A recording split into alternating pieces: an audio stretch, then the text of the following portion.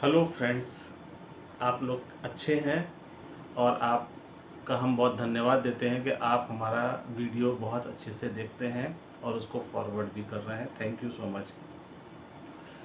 आज हम बात करते हैं एक ऐसे विटामिन की जिसका इस्तेमाल बहुत कॉमन है और इससे जो जो परेशानियां आती हैं उसको हम एक एक करके सारी चीज़ें बताएंगे।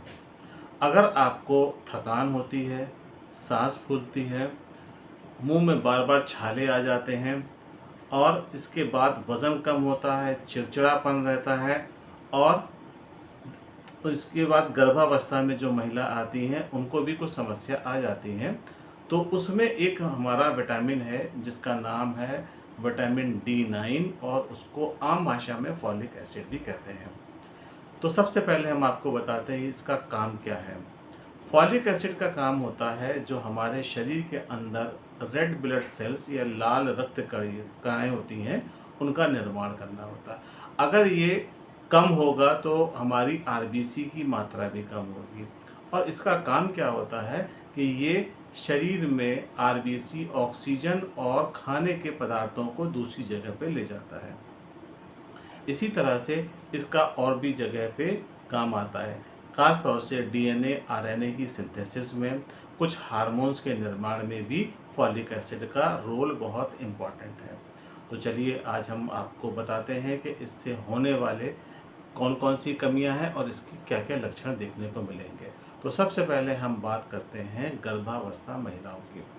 जो प्रेग्नेंट लेडी होती हैं अगर उसमें ये विटामिन कम हो जाता है तो उसमें उनके बच्चे को दो समस्याएं बहुत कॉमन दिखाई देती हैं, जिसमें पहला नाम है न्यूरल ट्यूब डिफेक्ट, यानी इसमें हड्डी जो रीढ़ की हड्डी होती है वो पूरी तरह से डेवलप नहीं होती है और बीच से ये इनकम्प्लीट रह जाती है। दूसरा आता है इंसेफेली। इंसेफेली में भी ये विटामिन कम हो जाता है और इसी की कमी से बच्चे के मस्तिष्क का जो निर्माण होना चाहिए था वो पूरा निर्माण नहीं हो पाता है।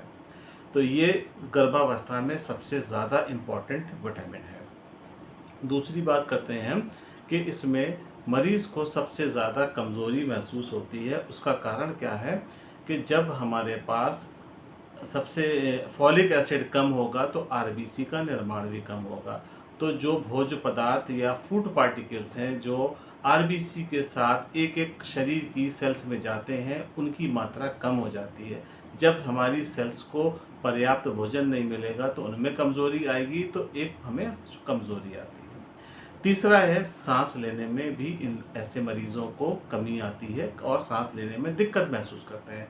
उसका भी कारण ये है कि जो हमारा फॉलिक एसिड कम होगा आरबीसी का निर्माण कम करेगा और उसमें आरबीसी का काम होता है कि ऑक्सीजन के मॉलिक्यूल को ले जा कर के फेफड़ों तक के पहुंचाती है और वहां से कार्बन डाइऑक्साइड को लाती है, जिसको हम एक रेस्पिरेशन प्रोसेस कहते हैं। लेकिन जब आरबीसी की मात्रा कम होगी तो वो ऑक्सीजन भी कम लेके पहुंचेगी फेफड़ों तक, जिससे कि हमको दिक्कत आएगी। चौथा इसका आता है स्किन में पीलापन। अब वही चीज़, अगर फॉलिक एसिड कम है तो आरबीसी भी कम है। जब आरबीसी कम है तो इसके बाद एनीमिया आ जाएगा। जब एनीमिया आएगा तो स्किन में हल्कापन आ जाता है और स्किन चमकदार नहीं होती है, जिसमें देखने से ही पता चल जाता है कि इस मरीज को खून की कमी है। और लास्ट है डिप्रेशन। डिप्रेशन में क्या होता है कि एक कंपोनेंट होता है जिसको हम हीमोसिस्टीन कहते हैं। ये फॉलिक एसिड हीमोसिस्टीन की बैलेंस किए रहता है और अगर ये कम हो जाता है तो इससे हमारे ब्रेन में ऑक्सीडेटिव स्ट्रेस बढ़ जाता है, जिसके कारण हमें या मरीज को डिप्रेशन की कंडीशन आ जाती है। अब ये तो हो गया इसके क्या क्या कमी है और क्या क्या इसके लक्षण देखें। अब इसमें हम ऐसी क्या चीज़ खाएं जिससे कि हमारा ये फॉलिक एसिड जो है पूरी तरह से बन जाए। तो फॉलिक एसिड हमारा सबसे ज़्यादा अगर देखने को मिलता है तो वो एनिमल लीवर में यानी कलेजी में होता है। दूसरा एग में होता है।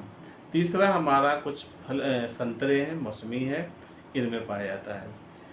इसमें इसके बाद कुछ हमारी दालें हैं उनमें पाया जाता है।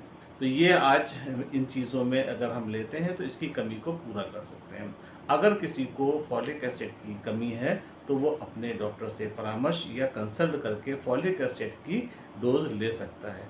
तो आज का हमारा टॉपिक इतना ही, और आप हमसे क्वेश्चंस पूछिए, मैं पूरी कोशिश करूँगा कि आपके सवालों का जवाब दूँ। Thank you so much.